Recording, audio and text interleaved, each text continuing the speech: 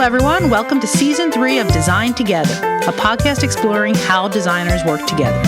I am your host, Abby Ryan Guido, a designer and educator working in Philadelphia, collaborating everywhere. Today's show is the first of Season 3. This season, we will be taking a deeper dive into collaboration by chatting with pairs and threesomes. I'm so excited to kick off this season with Bill Kenney, co-founder and CEO of Focus Lab, and Stephanie Taylor-Coleman, brand support manager. Thank you both so much for being here. Thanks for having us. Bill, we can start with you. Would you mind sharing a little background on Focus Lab and how it all got started? Yeah, so I'll try not to bore everybody to death. Not that the story is boring, but I don't have to go super duper far back. So essentially what happened is after college, I worked at a vacation rental company, but this is pre-Airbnb, where I had to answer the phone. I literally was answering the phones and saying, how many bedrooms do you need? I'll look it up online and find a place for you here in town. But the moral of the story is they realized that I could do design work. So what I ended up doing for them was their business cards, their brochures, working on their website. They bought me a camera. I went out and I shot all the houses, put it onto the site, and they said, wow, this is really great. So my job transitioned from answering the phones to actually being essentially an in-house designer, although I didn't have that title and I didn't care at that point. What that led to was everybody in that small town realizing, hey, I need that guy to do my stuff too. So without going super in depth, that's kind of like the origin of my beginning as a designer, being a professional in that way. And I had gotten to a point where clients needed web work, and I am not a developer. I don't plan to be a developer, never wanted to be a developer. And that's where I met my original business partner, Eric Regan. So I was a designer. He was a developer. We met at Applebee's. I threw the question out. I said, yo, dude, we should start a business together. It'll be great. And like literally the rest is history. And how old were you at that time? At that time I was I was fairly older. I was probably 30. Okay. And Eric is younger than me. Gosh, he might have been 23 or something. And so it was just two guys. It's just so excited when you have that kind of opportunity and hopefully not as much responsibility yet that you can take those risks. That's a big point, right? People are always, I would like to do this. I would like to do that. I have to remind them, like, I had nothing at that point. Like, I literally had nothing to lose. I lived in a one little studio apartment, not even a one bedroom. It had a full down bed. I had no kids, no nothing. So it was very easy for me to take that leap. And in that instance, Eric actually had just had a child and just got married. So that was a riskier endeavor for him. But he did it, and I feel like he's very happy he did it, if you would ask him. And how has Focus Lab grown since then? Oh gosh, even this year, Stephanie's gotten to see a lot of this growth. So we're 12 years old now, 12-ish in there. And we've grown very slowly and organically, because when you start a business, I'll speak for myself. You don't really know what the hell you're doing.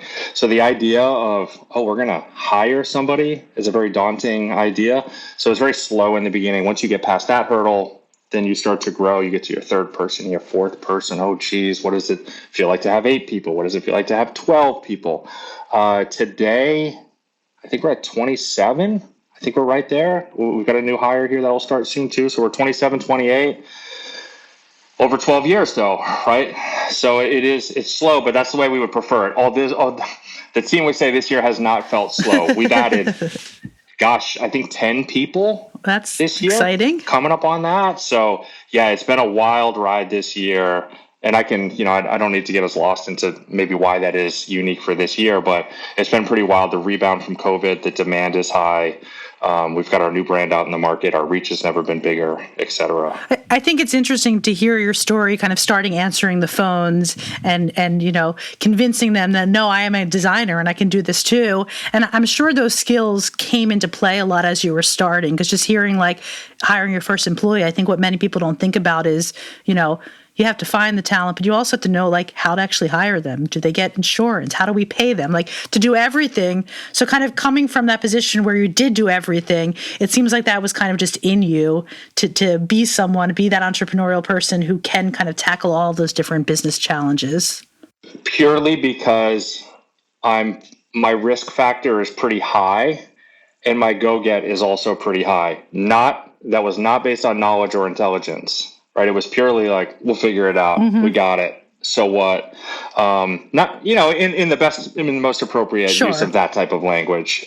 So yeah, like I was up for the challenge, and I think that goes a long way. It does. And that's really good to hear, especially I know I always have some students listening, kind of hearing, I think a lot of students, I just asked my class yesterday, actually. I was talking about, I had a guest come who was an old student who now is in a leadership role. And I said, she's pretty young in her career to be in there. I said, who in here imagines yourself being in that position, managing people, leading a team, and no hands go up? Right. And I try to say, I'm like, look, this isn't about having the skills right now.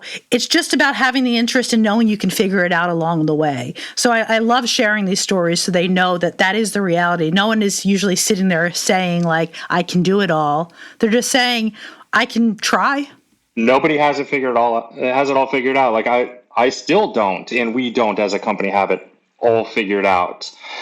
Unless you've built multiple businesses, then you can go back and say, oh, I know exactly those stages, and I know those critical points, and I can get ahead of those. But you don't know what you don't know. So you kind of have to go into it blind. I think your instincts get better.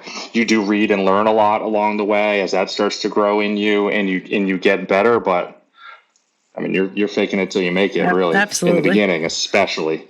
So I would love to take a little bit of a deep dive into your process. I was doing a little of my research. I'm reading about guided input and project pulse and video deliverables iteration. So I really want to hear a little bit about that. I'm especially interested in hearing about the video deliverables. I'm sure that you've had a lot of conversations around this too about, is getting in front of the person live and getting that initial reaction to work important, or is it more valuable to let them absorb, let them think on it, let them talk, and then have that conversation? Yeah, we would say it's the latter. We would say put it in front of them, let them absorb it, let them sit with it, give them time to think about it, and then react. Because the initial reaction, good or bad, is not really like the true test. It's funny, the video deliverable thing for us is still unique and is still a powerful kind of like selling tool for us to say, this is how we operate. This is part of our process. But I think COVID has removed some of that uniqueness, unfortunately. Sure.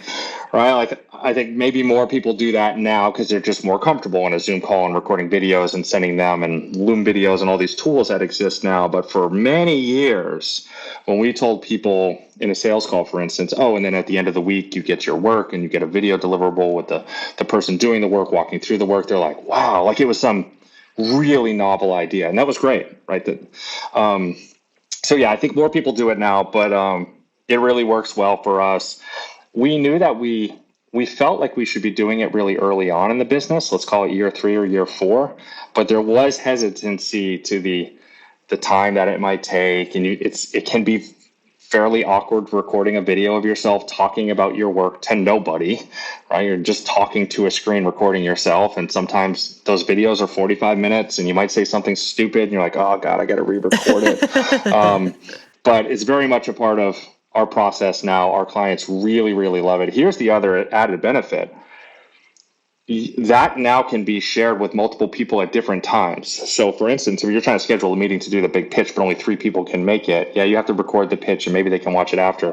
But now this just becomes a video that can be shared at will with anybody on the client side that needs to watch it on their own time. So it works really well. So you mentioned in there kind of this weekly deliverable. So are these videos being sent every week? I mean, I love how communicative you are with your clients. Can you talk a little about that and why that is so important? Yeah, so we do send them weekly. Every single week, Friday is the big day. Everything gets shipped. And at this point, that's, God, I don't even know, 12, 15 deliverables going out because the team is so large now. That's 15 unique videos with people talking about their work for all different clients. So the way we speak about Focus Lab now, because the business has matured and we understand this to be true, is that the quality of work is now table stakes. We can't sell ourselves on quality of work. We should be delivering high quality work, right? That's not a selling point anymore. Oh, it's like going to a car dealership and they're like, we sell cars that work. You're like, great. I would hope so.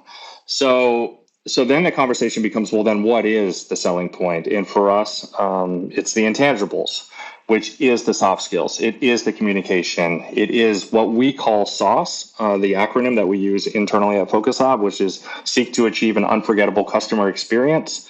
And being unforgettable most of the time is going to be how well you communicate, how well you empathize, how well you can listen to a client, all those things. So communication is big. Those video deliverables communicate a lot. So when they get sent out, what typically kind of happens? Does the client follow up and give feedback? Are there questions asked? Are there prompts? Like, how does the communication continue after this deliverable gets sent to them? So the deliverable gets posted, and the tool we use currently, but it could be any tool. The tool we use is Basecamp. So we'll post the video on Basecamp with a very detailed message. This is what we did this week. This is why we did it. These are the very specific things we need you to focus on. Don't get distracted by maybe A, B, or C. These are the things we really need to find out from you. There's no requirement for the client to return any feedback right then. Sometimes they do, right? They're really jazzed. You're going to get an emoji or a GIF or a meme maybe, and then you're like going into the weekend on a high. Or they're going to appropriately take the time, and then we will hear from them on Monday or Tuesday, depending on when their client meeting is. The only thing that we ask is they give us their feedback in a singular voice, and what that means is we don't need 7 different people's opinions of the work. That all needs to happen internally on the client side, and then one person distills that down into one source of feedback. They determine what we're going to act on and what we're not. We just want that before the meeting so we can consume that and then be prepared for the meeting. But that could be up like an hour before the meeting. We just need something to happen before the meeting. And then that 1 hour meeting that we have with the client at the beginning of the week becomes that high touch collaboration weekly pulse. That's an additional weekly pulse, right? So there's the Friday deliverables, then there's the Monday, Tuesday weekly meeting where you can really get into the details and the nuances of what they're liking, what they're disliking, what we should be doing for the next week. And then the whole process starts all over again, right? The new deliverable goes out on Friday with a new video, and that goes on for the duration of the entire project. That is really unique. I know what you're saying, that more folks are comfortable now talking, and we talk about how, we're not really doing conference calls anymore. The assumption is we're doing a video call. So I do like that that it is more common, but definitely that structure of weekly and then those meetings is something that I haven't heard a lot. So I'm really interested in this. I'm curious, going through this so much, that the thing that jumped out at me was the idea of asking the client, okay, you might have 7 stakeholders, but I need you to figure out how to get that into one voice. Do you ever have to get involved and help them kind of figure out how to make that happen from your own expertise? Because I know that is very challenging for clients.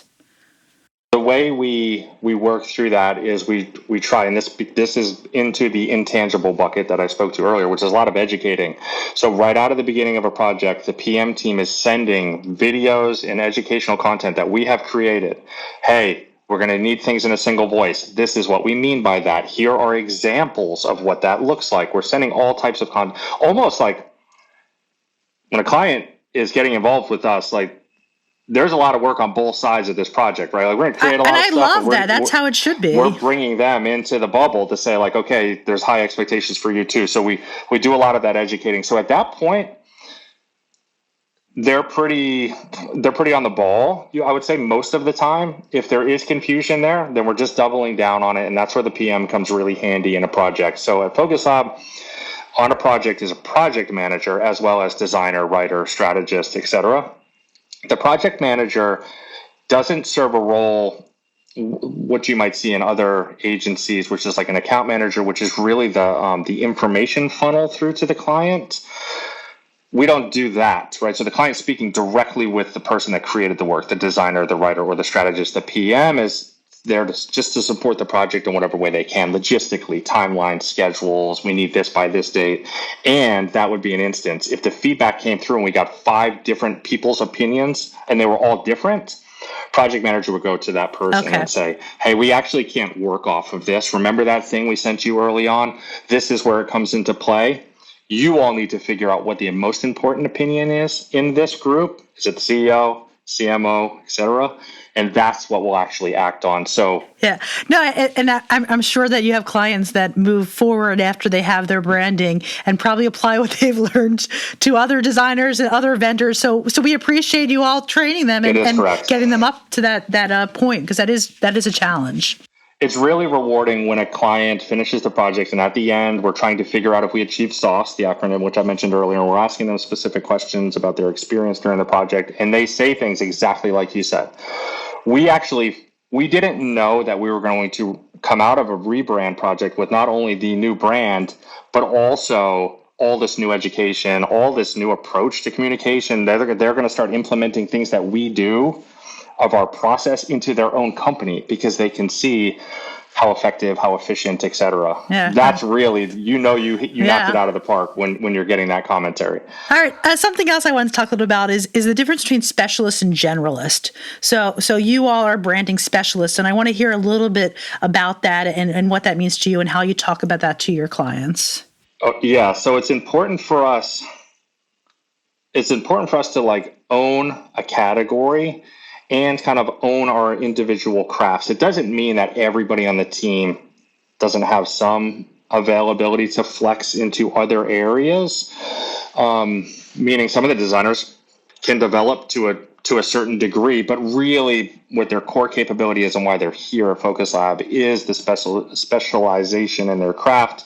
So we would basically narrow that down to say like strategists are strategists. They're not strategists and designers. Writers are writers. So there's no like 20-hour split, like 20 hours you're going to do this and then 20 you do this. No, there's actually only one person on the team that has any version of a split, and her name is Shubnam, and she's been here for 7 years now, very long time, and she does split. She enjoys the split. She's really strong in both like a content strategy way, just a pure strategy way, and a writing way. And she's a director. So it kind of suits her role to be able to flex, but no, not even on average. Like 99% of the team does not split duties. Their role is their role. And that's so that we could get the ultimate quality of the work out, right? We don't want... I don't know. We don't see value in having those kind of like split roles. It's just not our business model. And then also, you specialize in business-to-business branding. Is that correct? Yes. Can you talk a little about, one thing is just, I know, again, because of students listening, what business-to-business actually is, how do you define it, but also what makes that special and different from just general branding? So this is where like business comes in. It is smart when building a business to not serve everybody, because then when someone's trying to find you, you're competing against 4,000 other people, as opposed to when a B2B, which I'll talk to in a minute, when a B2B company is looking for branding, they're going to find a much smaller pool. And we want to be able to say, hey, we're that company that specializes in that thing. You want to hire us. So maybe it's a smaller overall pool than the other 4,000, but you want to own that pool. So then you would actually, in turn, get more work anyways, even though it's a smaller pool. So it's really helpful to own a niche. There's a really good book written about this called Blue Ocean Strategy, which really talks about how to carve out your space and create a blue ocean for your business. So we have chosen B2B and branding. So branding was chosen first. So I'll back up. When I met Eric, he was a developer. I'm a designer. He was really embedded in a development community called Expression Engine back in the day, and it allowed the development part of our business to actually grow faster. So there's an alternate universe where we could have become a development shop. Like that could have been a reality. I ended up getting on Dribbble and posting a ton and getting us a ton of followers on Dribbble, and that actually changed the trajectory. Then our bigger clients actually became design focused, and then the business kind of like followed that path. So at a point, we had to decide, well, what are we? Are we a creative agency? Are we a creative studio that does design and development? Or what are we going to call ourselves? What we realize is really we should just focus on branding. It is the thing that we're most passionate about. It's the thing that we feel like we're the best at. It's the thing we have our arms fully wrapped around the process. And let's just be branding. So we pick that niche first. And then we say, okay, well, what can we continue to niche down? And then it was B2B. That was really based on the fact that at that point, all of our clients were B2B. It was an obvious thing. It was right in front of us. Like, okay, all of our 95% of our clients at that point were B2B technology. So we're like, well, we're already set up to try to own that category. We should just say we're going to. So there you go. Now you get the specialization of B2B branding. And it's great because now I can actually just speak to that very specifically. I can speak to those challenges specifically, as opposed to saying, well, branding's important, but websites are important, and web development's important, but what type of web development? And it just becomes a big messy story. You just want to have that clear story. So to come back to B2B now, what the hell does B2B mean? B2B is business to business. And then the alternate is business to consumer or business to customer, B2C.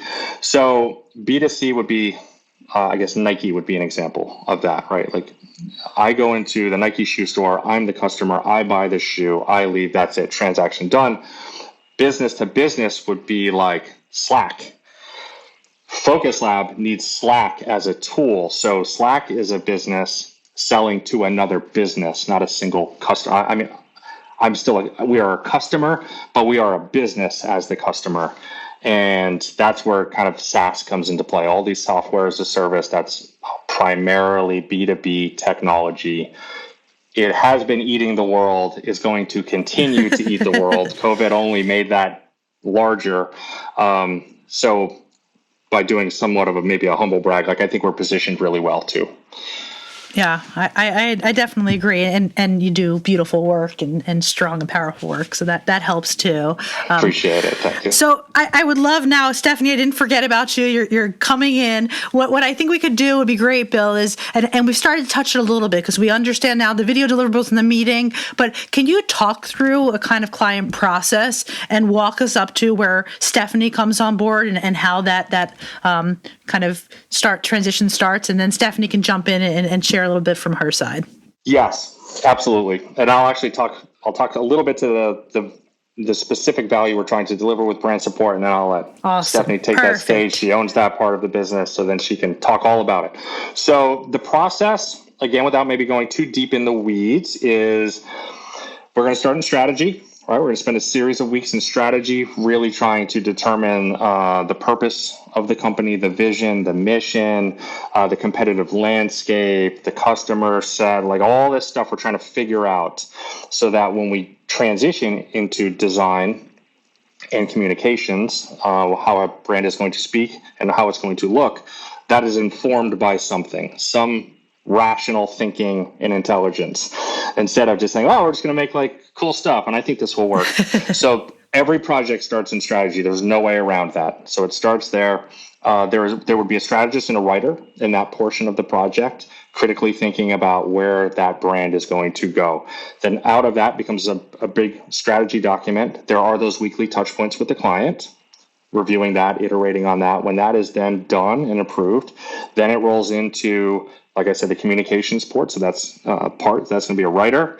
And then you're going to have a designer running basically parallel tracks on the project, also shipping every week. And that's where all that iteration of color palettes, typography, key messaging, what words are we going to use, what are our core attributes, these 3 words that really kind of like personify the brand and what it stands for. And those are weeks and weeks and weeks. You're talking maybe another 8 weeks of just back and forth. Then you get to the end. You get to the style guide phase, and that's when you're really, the brand guidelines, that's when you're handing over their brand Bible, if you will, that then encompasses everything that you've learned and made. Hey, this is what you stand for. This is where you're going. You can give this to anybody in your company or outside of your company, and they're going to understand what the future look, feel, expressions, words that your company is going to use. But here's the problem. If it ends there, there's still a gap. There's a knowledge gap. There's also like an execution gap. And we realized that after many, many years, which is you give that to a client and then they're like, so what do I do now?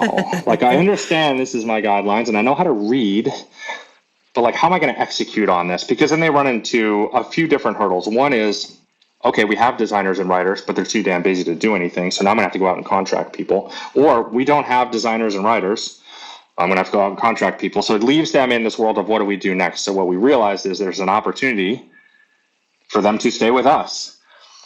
But we need to build a different team because the function is a little bit different. The process is a little bit different. It can't just run back through our normal process. It's a bit more agile. It's immediate needs. Hey, we've got a trade show coming up next week and we got to do our trade show booth. That doesn't need to go through strategy, Right. design, comms, and all that. It needs somebody to execute on that specific need. So we built the brand support arm of the business. It's really valuable to our clients. It fulfills that final need that they have and is, I would say, another unique selling point of our company in the way that we talk about it and the value that it brings. And that leads me to Stephanie. She runs that department. That department is young, maybe a year and a half, going on 2 years. But we fully expect it to grow. We're super excited for it. And now I will shut up. All right. No, I love this so much. I'm a systems person, and I love kind of the bridge between business and design, and hearing kind of the inner workings of how your company works is such an inspiration. Stephanie, thank you so much. I want you to jump into that, but before, I'd love to hear a little bit about your story and how you ended up with Focus Lab. So would you mind starting and telling us a little bit of a background before you get into that brand support team? Oh, sure. Absolutely. Well, my name is Stephanie. I am the brand support manager here at Focus Lab. I currently live in Tempe, Arizona, which is not where I'm from originally. I'm originally from Detroit, Michigan. So the beginning of my career has been marketing and advertising. So I've been at Camberley Wall. I spent a very fun, lovely time at the Detroit Institute of Arts for 3 years. And then a position at University of Phoenix brought me to Arizona. But throughout all of that time, I really wanted to be a part of a team that was collaborative. I was very siloed as a designer, as most designers tend to be. At all those places, I was the only designer, so I was the only voice about what happened in marketing. So I really wanted a team that was collaborative and that was open and that would allow me to really be a part of that environment where I got feedback from other designers, and I really wanted to hone my craft more, which then led me to Focus Lab. But I was still a singular designer there in the brand support department, which is fine, but I still had that. I still had the collaboration between the entire team. And even though we're in two different departments, brand UI and brand support, we still are very much collaborative together. So that essentially is what brought me to Focus Lab. I was a fan, I was a fan girl, as Bill would say, of Dribble and of the work. So when the opportunity arose, I jumped on it. I've been here almost a year. It'll be a year in November. And I started as a brand support designer. I was the second brand support designer in the brand support department, and then I transitioned to manager just a few months ago. Well, congratulations.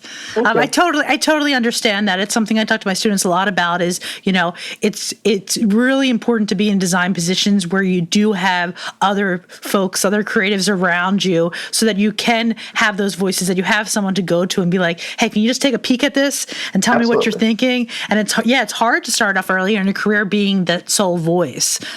So I give you a lot for recognizing that and desiring that. And I'm happy for you that you found your home.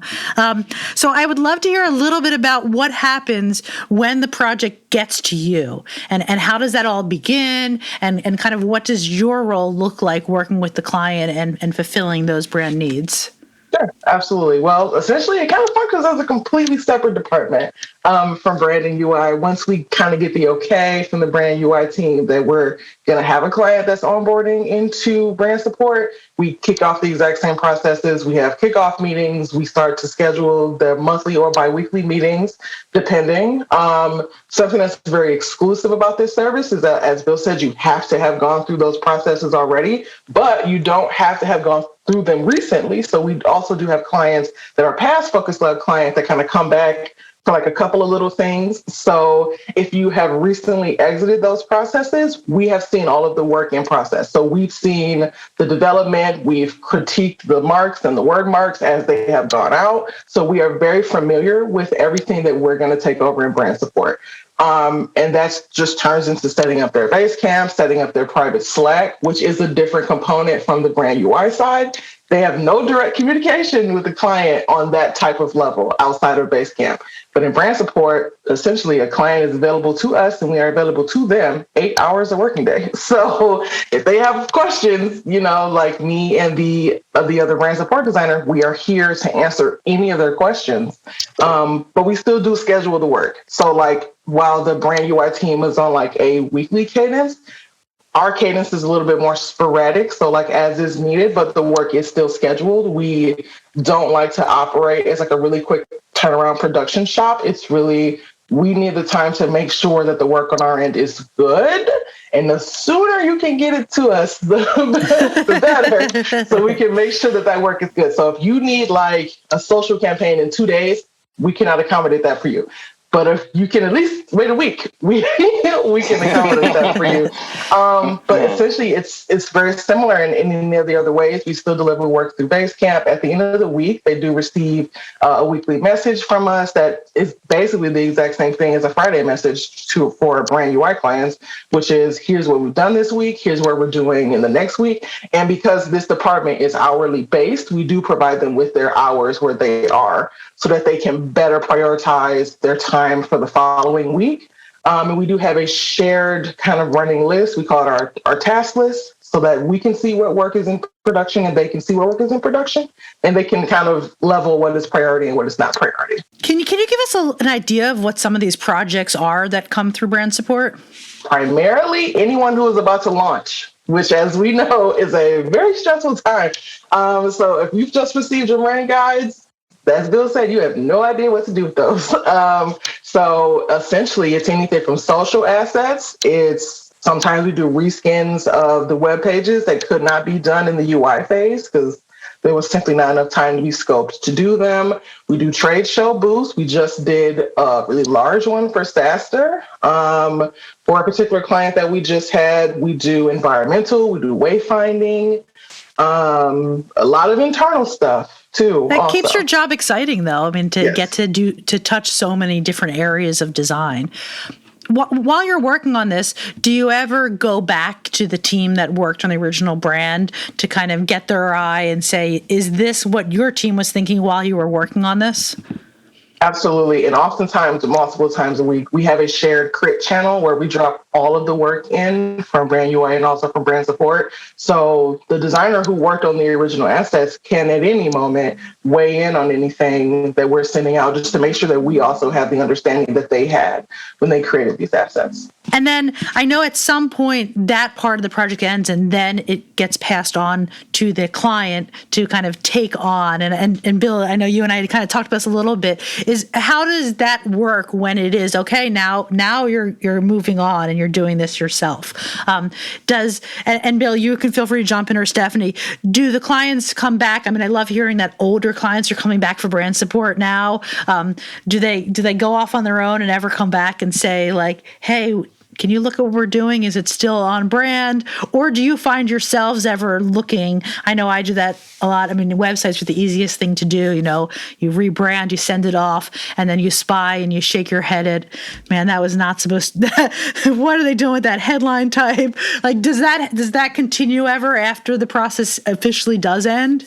Well, at this point, we have not yet experienced that, but we definitely do look and say, like, that's not what we would have loved for you to do with that. But I mean, I think that I'm sure that there might be an opportunity for them to come back and say, hey, we have a couple of questions. We do have a process built in at the end of brand support that is, do you want us to relay this information to your internal or external design team? Like, if you have the time and you feel like you have some questions, we can also sit down with your team to kind of express better, like team to team, this is really what you should do with this. Because I understand that having those guidelines, anything can happen within those. As any designer well knows, you can give them direct instruction and it will still not turn out the way you expected it to. But to my knowledge, at this point, we have not experienced that. But Bill may have a different opinion. Yeah, I would just add that I think some of that is literally inevitable. You cannot build enough process. You cannot explain enough things. A style guide can only contain so much. There is going to be room for error So yeah, it's kind of like you almost can't fault the client sometimes, right? Like that's also just like a hamster wheel that you'll never get off of. So that is also part of the brand support thinking, right? Like how can we stay on longer with them and build them up to a point where they have a better chance of success? Because we're able to create so many assets in that brand support window. They should be able to model a lot of that stuff by the time they're fully out on their own.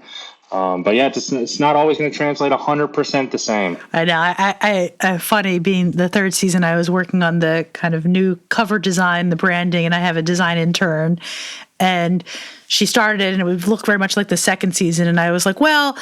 She's like, but that's your branding. I'm like, no, but it can grow, and you think about it, like anyone who's a creative, like you want to throw your own spin on things. So even when it's your own brand, I'm sure you go through that with Focus Lab too.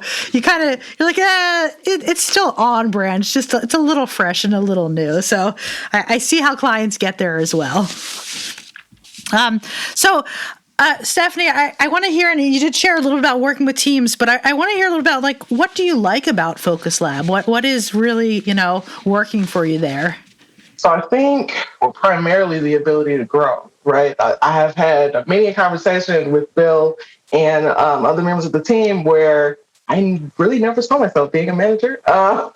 Specifically as a designer, it was really not my trajectory. But I think just being able to have the ability to say, hey, I see a need here. I see that this position should exist and that somebody should fill it. And I'm the person here to do that, right?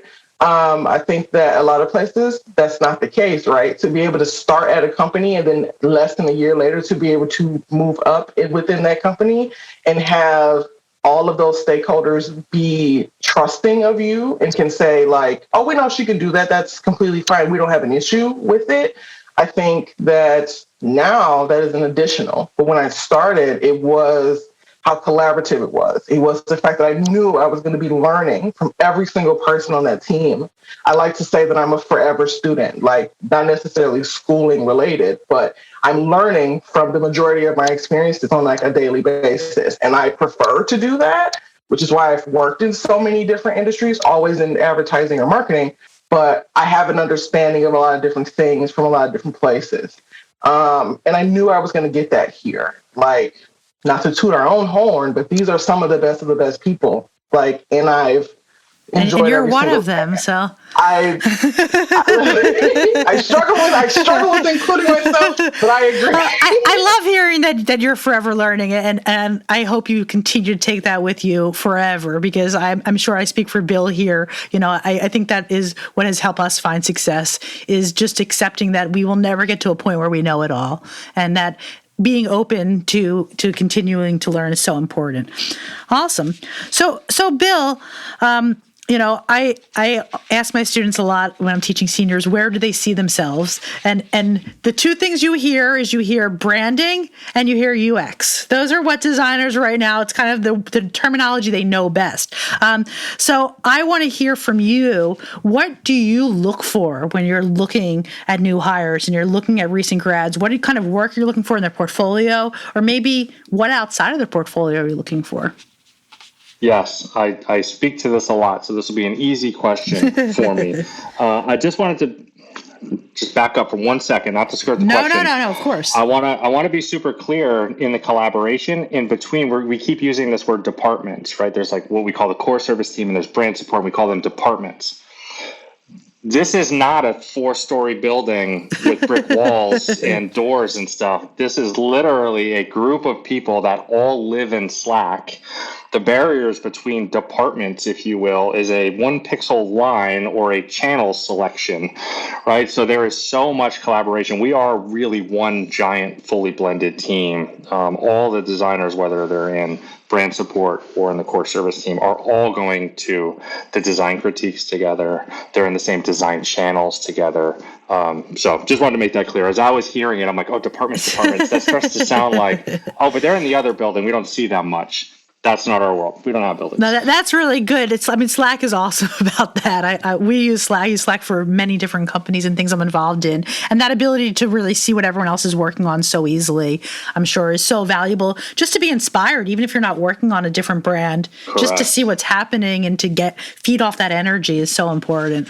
Even for me, as the first designer at Focus Lab, if you will, and now not designing at all, and seeing the amount of talent and output in those design channels specifically, I'm like, wow, we are really doing something special here. So that's inspiring to me. Design to design.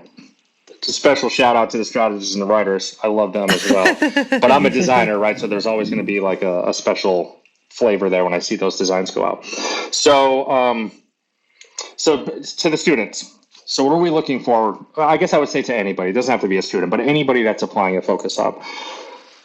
Let me start with the things that I don't like. And I'll have to preface that this is me. This is my opinion. This doesn't mean it's right. You can hear other things from other people, and that's just how it goes. Yeah, there's too many students that say, well, so-and-so told me I can only do this.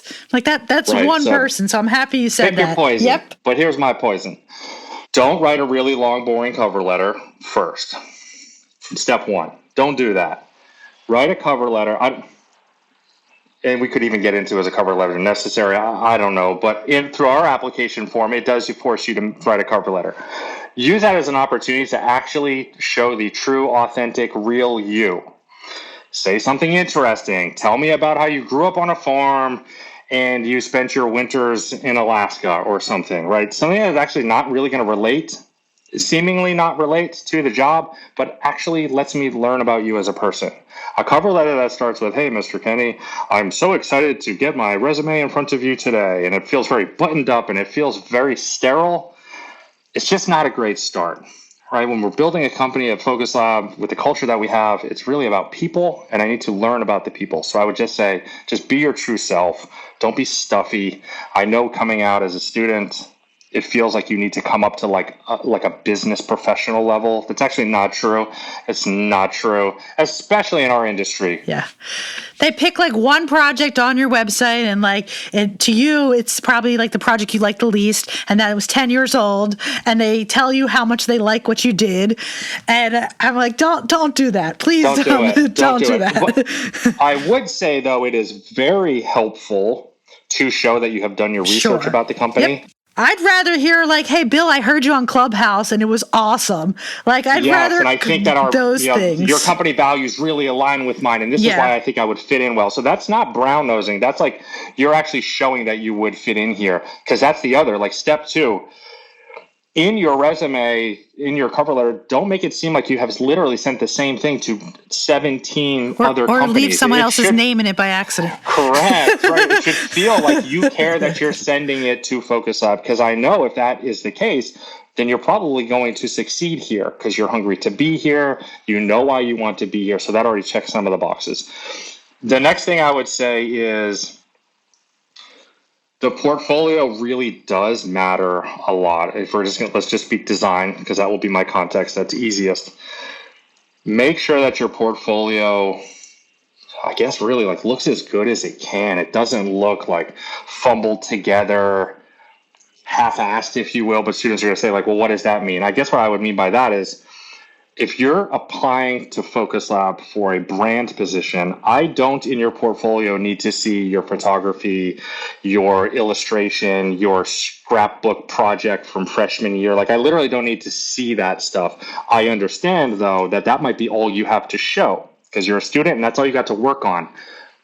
Doesn't matter, though. It still doesn't help me picture you in a brand role.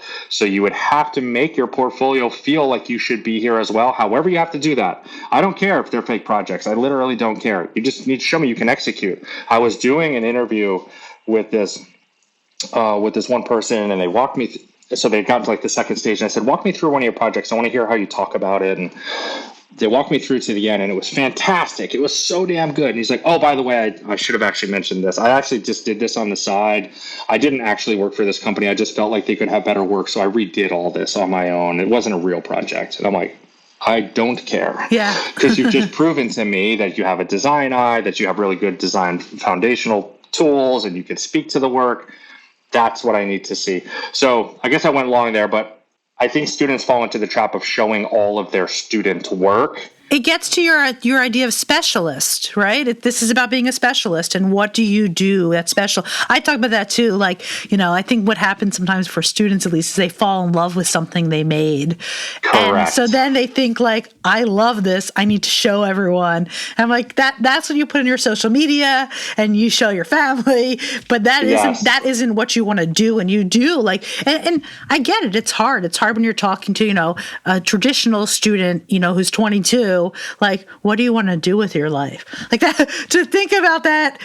Yeah. Who the hell knows, right? I didn't start Focus Lab till I was 30. Like, I had no idea. I was fumbling through life, which I think is okay. So how many branding projects do you like to see in a portfolio for a designer you're hiring?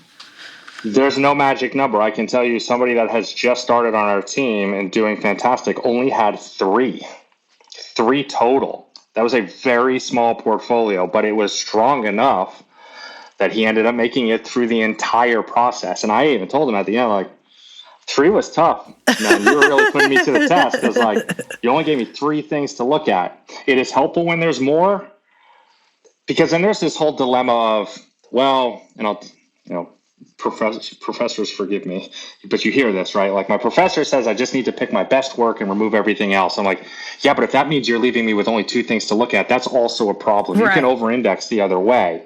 So it's a balance. I understand the challenge. It is quite the challenge. Yeah. And here's another example. I was just speaking with one of my friend's daughters who had just recently graduated, and she was showing me her portfolio and asking questions.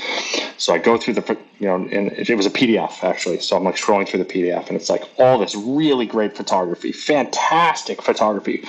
And then the next section's like illustration, and it's like, it's okay, feels kind of out of place. Why is it in here? Then it goes to the next thing, like graphic design, even smaller and seemingly a little bit more random. And then I forget what like the last section was. So then I was speaking with her, like, you really lost me after photography. I'm telling you, photography is your core capability. It was really strong. I'd probably just take everything else out, honestly. Like, I'd literally just remove everything else out. Easier said than done, though, right? Like, easier for me to say that than you're like, but I really like my illustration work. Like, well, what are you trying to get, though? Are you trying to get a photo job? Because illustration work's not going to matter. Right. Yeah, and, there's ways of, you could have it on your site somewhere under personal work. Like, there's ways you can organize it so that it's shown that this is like a hobby. And, on the other side, someone could argue, well, it's nice to know someone has other interests and is well-rounded. So it's like, how do you kind of... There's no magic. Yeah. There's no magic. There's no, like, silver bullet. No. Because it also depends on the type of company you're trying to speak to. Some companies are going to want a jack of all trades. Oh, you can do A, B, and C. Great. I don't even need it at a high level. I just need somebody to be able to do a bunch of different stuff. That would be an example of maybe a startup that has 5 people on their team. Like, I just need you to come in and be able to do a ton of things, and it doesn't even have to be great. I just need someone to do it. Yeah. That's where the self-awareness of what you're trying to apply for and how you're going to position yourself in that application. So, Stephanie, I thought that you could kind of offer us a little insight on the other side of this, being someone who looked for a job in the past year. What type of advice would you give to new designers or just designers that are looking for something new on your approach to finding a position? My approach to finding a position. I mean, I think mine is very different. I look for places and I do my research, which a lot of people do not do. Always do your research. Glassdoor is your best friend. LinkedIn is your best friend. Like, look and see what people are saying about those places. But I do like to look for places where I feel like I can grow. At the beginning of my career, I was very notoriety heavy. I was like, whose name is going to look good on my resume? Like, that's a really big ad agency. Gotta be there. Doesn't necessarily mean that environment was conducive to me learning anything or that the work I did there was fun. I mean, not that it has to be, but, you should think about that. I think that you really have to find a place where you feel like this is going to be a experience and a growth for you. Because as much as that company is getting an employee, you also are getting something out of this deal, right? Like, you're spending all of your time here. You're The company wants you to be loyal. I'm sure you want to be loyal, right? I'm sure you don't want to like job hop every couple of years. Sometimes that's an unfortunate case, right? But I think that you have to find a place where you feel like this is going to be for me. This team seems great. The processes here seem great. Ask really important questions. Like ask them, what is your policy about work-life balance? Like, what does your collaboration look like? If I have a problem, are you going to shoot me up to HR, or are there people in between that can be there to help me? Like, you really have to do your due diligence as they are doing theirs, because they are looking into you. Why would you not also similarly look into them? Yeah, and that is, I try to push that too out and share that, and Bill, you can contest this, like it's a financial investment just to look for an employee, right? Because you're sometimes spending money to promote the position, but if not, it's your time, which is money. And when someone gets down that road, it goes both ways. And so I love that you're empowering folks to think about like, how will this place be for me? Not just what am I going to bring to them, but what will I be learning as well? And that it is a balancing, and that you can ask those questions. You can ask, is it okay with you? I talked to one of your designers who's been there for a little bit. I have some questions, and to see how the company responds to that. If they say, "Oh no," then that might be giving you a little bit of a hint. Bill, do you feel that a little bit? Yes, absolutely. Like you would. It is like dating. It's literally like dating, right? Like both sides should be trying to figure out if it's a good match. I don't need to woo somebody and have them come into Focus Lab if they realize like that's not the place I want to be. So they should be asking those questions, critical questions as well. I actually, in my interviews, I ask a question, and that would be the third interview. So that's basically getting to the final. This would be the smallest group of the interview. If you joined Focus Lab, and the thing that you care about most was not true, like what is that thing? Like what is that thing that you care about most in coming here? Because I want to know right now so that I can tell you if it's not true. I'll save us both the pain. You don't need to come in and learn. I need to know what is most important to you. So an example of that would be like collaboration or focus on people. I would say check. You're not going to be disappointed coming here. If they said, moving up through leadership, I really want to have a senior C-suite title in the next 2 years. I would say, you're not going to get that here. That's not going to exist here. We're a small team and growth is slower. Growth happens, but it's and you slow. want to know that because as Correct. well, you're investing money too. And so I don't want to disappoint them. Like, that's not a bad answer. If that's what you want, great. But like, I just want you to know you're not going to get it here. I'm going to save us both the time and energy. It should be a two-way street. It's not going to feel like that to a student coming out of school, though. It's going to feel like they are the one getting pressed the important questions. It's a bit refreshing when you can feel that confidence from the other person interviewing, pressing me, for example. That shows me like, wow, they like really give a shit. Like they really care. Like they're doing their research and they're going to make sure that they find the right place. I want somebody like that on my team. Yeah. I give them that advice too when it comes to negotiating.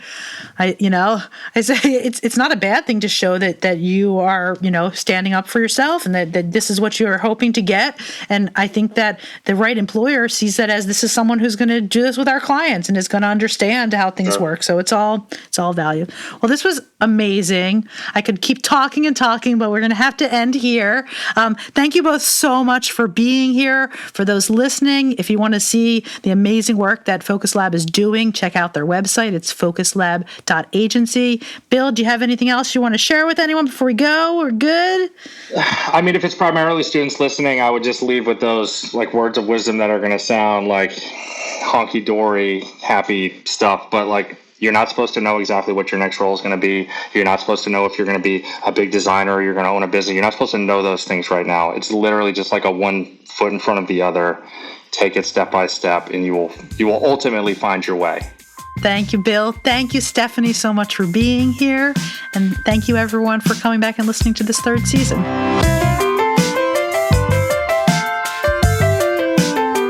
Thank you all so much for listening.